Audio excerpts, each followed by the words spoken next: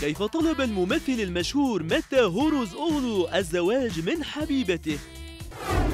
ما هي المفاجأة التي قدمها أصدقاء العروس والعريس؟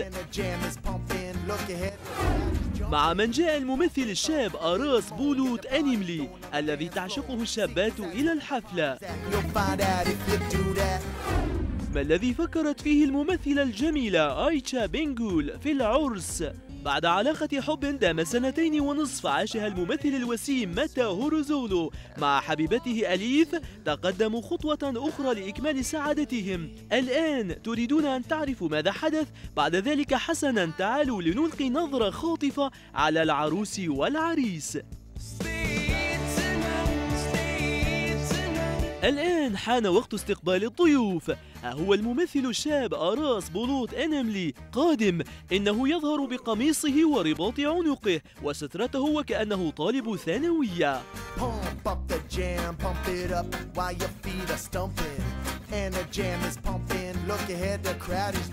قد تحسن الشابات، ولكن هذه الحسناء التي ترافق أراس بولوت هي حبيبته أوزغا. إنهما يعيشان قصة حب منذ فترة.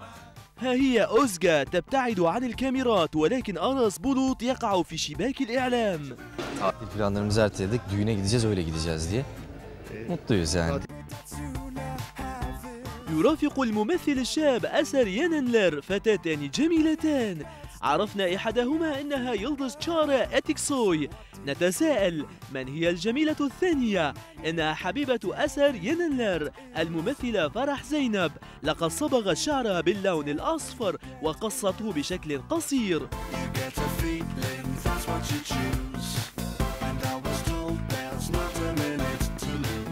فرح وأسر يعيشان قصة حب منذ فترة طويلة. إحداهما يضحك المشاهد على الشاشة والآخر يبكيه. Çok güzel buluyorum. Çok güzel ağlatıyor. Güzeldi. İşte bakalım. Sizi güldürüyor, sizi ağlatıyor. Aynen. İyi bir çift. انظروا، ها هو الذي يسمى عثمان الصغير في المسلسل قادم. أقصد أمير بركة. إن والد أمير عارض أزياء قديم. هو يمسك بأيدي أبويه. انظروا إليه كم يبدو سعيدا. Nasılsın? İyiyim. Çok yakışıklı olmuşsun. Teşekkür ederim. Sen mi seçtin kıyafeti? Anne Anne mi seçti? Annesi çok yakışıklı olmuş. Teşekkür ederiz. لنرى ماذا ستقول يا أمير بركة. اليوم هو عرس السيد ماتا. Mete abim için geldim. Evet. Onun düğününe geldik eğlenmeye. Görüşmek üzere. ويدخل أمير بركة إلى الداخل مرغما.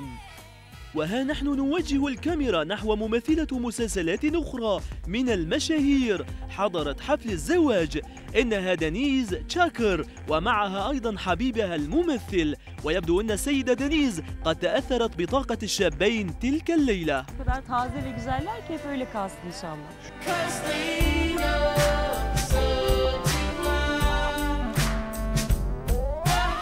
استقل الشابان أحدى السيارات الكلاسيكية التي استعملت في المسلسل كسيارة عرس، ولم يصدق الحضور أعينهم وهم يشاهدون ماتا هوروزوغلو يقود السيارة ببدلة العرس.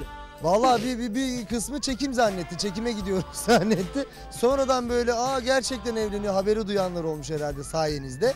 Ondan sonra onlar gerçek nikaha gitti. Tebriklerini ilettiler, sağ olsunlar. نتمنى لك السعادة يا سيد ماتا. هذه ليلة العمر تمتع بها إلى أقصى حد.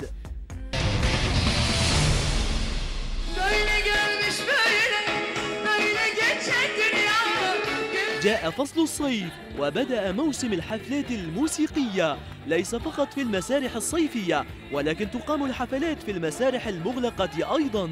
وهذه حفلة هوليا أفشار الغنائية التي قدمتها قبل أيام.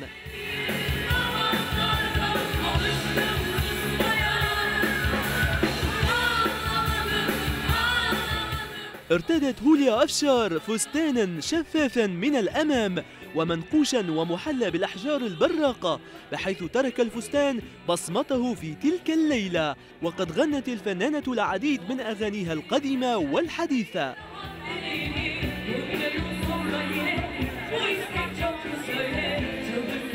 وقد أحيت الفنانة دنيز ساكي حفلة غنائية على نفس المسرح، في ليلة أخرى، وقد كانت ليلة رائعة كليلة الفنانة هوليا أفشار.